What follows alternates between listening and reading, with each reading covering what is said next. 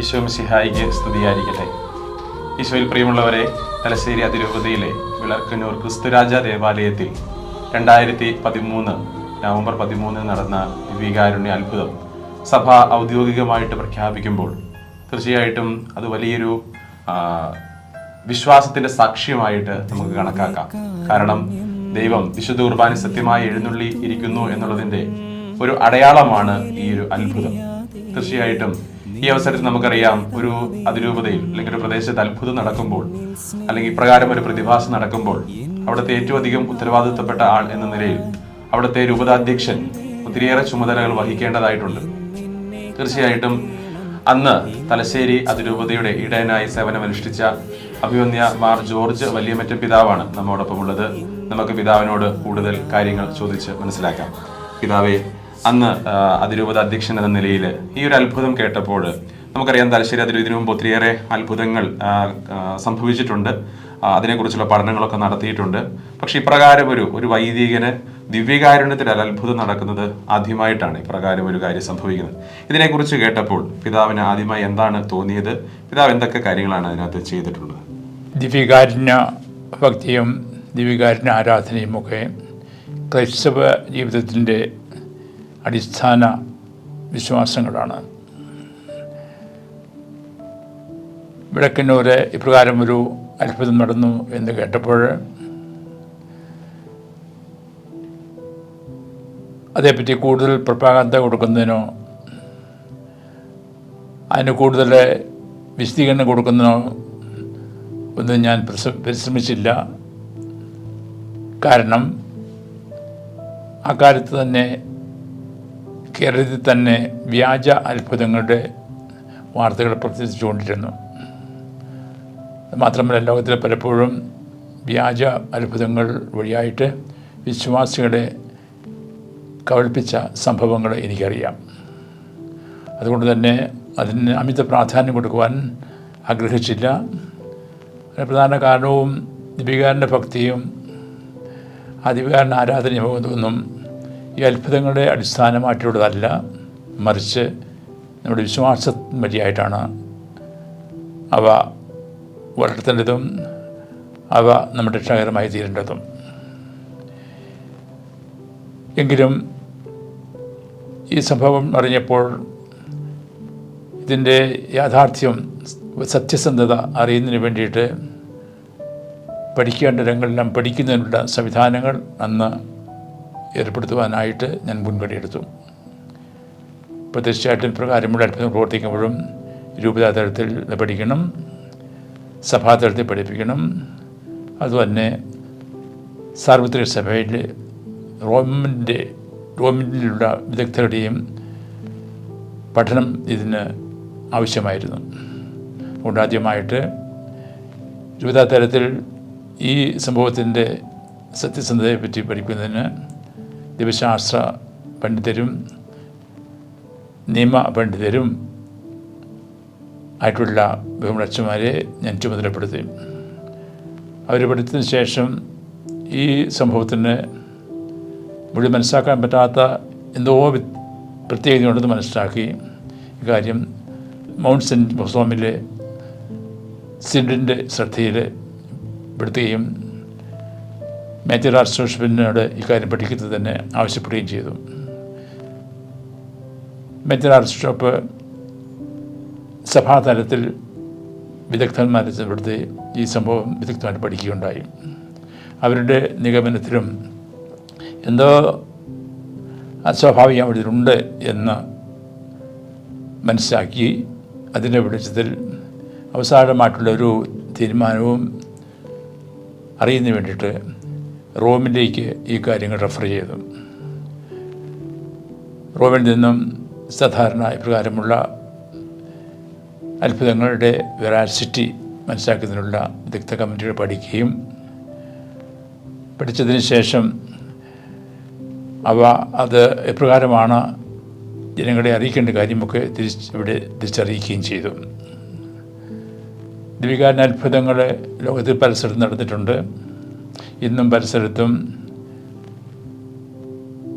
ഈശോയുടെ രക്തമായി തീർന്ന വീഞ്ഞ് ഇന്നും അതുപോലെ തിരക്തമായിട്ട് കാത്തു സൂക്ഷിക്കപ്പെടുന്നുണ്ട്. ഈശോയുടെ ശരീരമായി തീർന്ന ഓസ്തി ഇന്നും കേട്ടുകൂടാതെ സൂക്ഷിക്കുന്നുണ്ട്. അങ്ങനെയുള്ള വിശുദ്ധ സ്ഥലങ്ങൾ ഞാൻ സന്ദർശിച്ചിട്ടുമുണ്ട്. അപ്പോൾ അത്ഭുതം സംഭവിക്കാൻ പാടില്ല എന്ന് ഞാൻ പറയുന്നില്ല. എങ്കിൽ പോലും ഈ കാര്യത്തിൽ നമ്മൾ വളരെയധികം ശ്രദ്ധ കൊടുക്കേണ്ടതായിരിക്കുന്നു, വിശ്വാസികൾ കബളിപ്പിക്കപ്പെടാതിരിക്കാനായിട്ട്. എന്തായാലും വിദഗ്ധമായ പഠനത്തിന് ശേഷം വിളക്കന്നൂർ നടന്നത് യഥാർത്ഥം ഒരു ദിവ്യകാരുണ്യ അത്ഭുതമാണ് എന്ന് സഭ ഔദ്യോഗികമായിട്ട് പ്രഖ്യാപിക്കുകയും വിശ്വാസയോഗ്യമായിട്ട് പ്രത്യേകമായിട്ട് വണക്കം ഈ ഓസ്തിക്ക് കൊടുക്കുവാനായിട്ട് നമ്മളെ അനുവദിക്കുകയും ചെയ്തിരിക്കുകയാണ്. അതിൽ എനിക്ക് ഒത്തിരി സന്തോഷമുണ്ട്. അത്ഭുതത്തിൽ വിശ്വസിക്കുന്നുണ്ട് ഞാൻ. ആ അത്ഭുതം ഒരിക്കലും വിശ്വാസത്തിൻ്റെ പ്രാർത്ഥനയുടെയും വിഭവത്തെ അടിസ്ഥാനമാകരുത്, വിശ്വാസമായിരിക്കണം. അത്ഭുതം പ്രവർത്തിച്ചില്ലെങ്കിലും നമ്മൾക്കറിയാം സത്യമായിട്ടും വിശ്രുബാനയിൽ ഈശോ സന്നിധിയിലാണ്. ഈശോ നമ്മളോട് ഇന്നും ജീവിക്കുന്നുണ്ട്. ആ അതിവ്യപ്പം, ആ രക്തം നമുക്ക് നിത്യജീവൻ നൽകുന്ന ആ വലിയ കുദാശയാണ്. ദൈവത്തിൻ്റെ ഏറ്റവും വലിയ സ്നേഹത്തിൻ്റെ അടയാളമാണ്. പിതാവായ ദൈവം നമ്മൾ സ്നേഹിക്കുന്നുണ്ട്. ആ സ്നേഹത്തിൻ്റെ വലിയ അടയാളമാണല്ലോ തൻ്റെ ഏകജാതനെ നമുക്ക് നൽകുന്നുള്ളത്. ആ ഏകജാതൻ അടുത്ത വലിയ സ്നേഹം നമ്മൾ പ്രകടിപ്പിച്ചുകൊണ്ട് അവിടുന്ന് സ്വയം നമുക്ക് നൽകി, നമുക്ക് വേണ്ടി മരിച്ചു, ഉയർത്തെഴുന്നേറ്റു.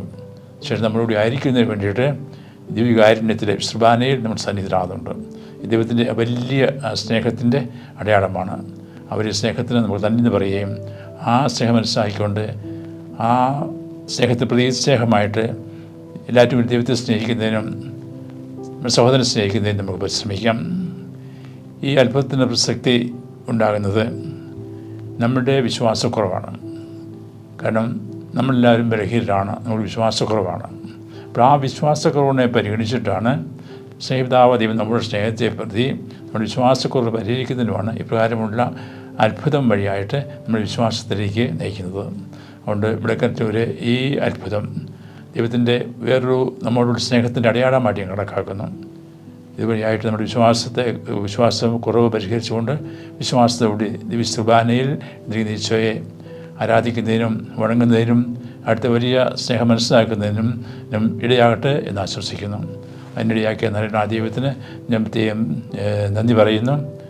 ഈ അത്ഭുതം പ്രവർത്തിക്കുന്നതിന് കാരണഭൂതനായിട്ടും നേരിട്ട് ദർശിച്ചത് നമ്മുടെ പ്രിയപ്പെട്ട തോമസ് പതിക്കരച്ചനാണ്. പതിക്കരച്ചൻ്റെ ഭാഗത്തു നിന്നും ഒരിക്കലും ആവശ്യമില്ലാത്ത പ്രപകാന്ത കൊടുക്കുകയോ ആവശ്യമില്ലാത്ത വിധത്തിലെ പ്രചരണം കൊടുക്കുവാൻ ആഗ്രഹിച്ചില്ല. സഭയുടെ തീരുമാനത്തിന് പൂർണ്ണമായിട്ട് വിധേയനായിട്ട് ആ സംബന്ധിച്ച കാര്യങ്ങളെല്ലാം ചെയ്യുന്നതിന് പതിക്കരച്ചനും പ്രത്യേകം ശ്രദ്ധിച്ചിട്ടുള്ള കാര്യം ഞാൻ പ്രത്യേകം അനുസ്മരിക്കുന്നു. വേണ്ട അവസരത്തിൽ ദിവ്യകാരുണ്യത്തിൽ നമ്മൾ ഇരിക്കുന്ന ഈശോയെ ഉള്ള ആ വിശ്വാസം ഏറ്റു പറയുന്നതിനും ആരാധിക്കുന്നതിനും സ്തുതിക്കുന്നതിനും ദൈവം ആഗ്രഹിക്കുന്ന പോലെ നമ്മുടെ നിത്യരക്ഷയുടെ നിത്യജീവൻ്റെ അടയാളമായിട്ട് ദൈവം മാറ്റിക്കെടുത്തേട് ആശംസിക്കുന്നു.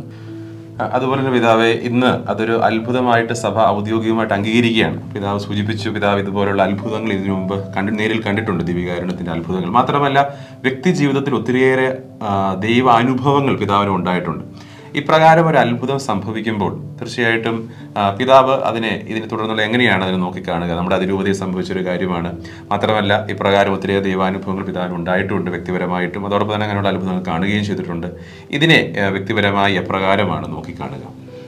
വ്യക്തിപരമായിട്ട് ഞാൻ അവസാനിപ്പിച്ചതുപോലെ വ്യക്തിമാരെ കാണുന്നത് ദൈവം നമ്മുടെ രൂപതയെ കാണിക്കുന്ന വലിയ സ്നേഹത്തിന്, നമ്മുടെ രൂപതയെ സ്വന്തമായിട്ട് അവിടുത്തെ ആ സ്നേഹത്തിന് സമൂഹമാക്കുന്നതിന് വേണ്ടിയിട്ട്, നമ്മുടെ രൂപതയിലെല്ലാവരെയും നിത്യജീവൻ നൽകുന്നതിന് വേണ്ടിയിട്ട് ആ ദൈവം നമ്മൾ കാണിച്ച വലിയ ഒരു സ്നേഹത്തിൻ്റെ അടയാളമാണ്.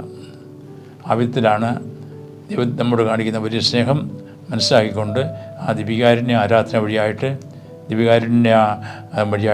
ദൈവം കാണിക്കുന്ന വലിയ സ്നേഹം നമ്മുടെ ജീവിതത്തിൽ കാണിച്ചുകൊണ്ട് ആ സ്നേഹം മറ്റുള്ളവരുമായിട്ട് പങ്കുവെക്കാനായിട്ട് നമ്മൾ കടമയുണ്ട്. ഇപ്പോഴും കാണുന്നത് തീർച്ചയായിട്ടും ഈ നമ്മുടെ രൂപതയോട് ദൈവം കാണിക്കുന്ന ആ വലിയ സ്നേഹത്തിൻ്റെ, ഈശോ കാണിക്കുന്ന വലിയ സ്നേഹത്തിൻ്റെ അടയാളമായിട്ടാണ് ഈ വിളക്കന്നൂരെ ഈ അത്ഭുത പ്രതിഭാസം ഞാൻ കാണുന്നത്. താങ്ക് യു വിനോജ് പിതാവേ. പിതാവിൻ്റെ വിലയേറിയ വാക്കുകൾക്കും അതോടൊപ്പം തന്നെ അന്ന് പിതാവെടുത്ത നല്ല നല്ല തീരുമാനങ്ങൾ, അതോടൊപ്പം തന്നെ നടപടികളാണ് ഇത്രയും ഈ ഒരു അത്ഭുതത്തെ ഔദ്യോഗികമായിട്ട് സഭ അംഗീകരിച്ചുകൊണ്ട് പ്രഖ്യാപിക്കുമ്പോൾ ഒത്തിരിയേറെ സന്തോഷമുണ്ട്. പിതാവിന് ഹൃദയപൂർവ്വമായിട്ടുള്ള നന്ദി അറിയിക്കുന്നു. Thank you.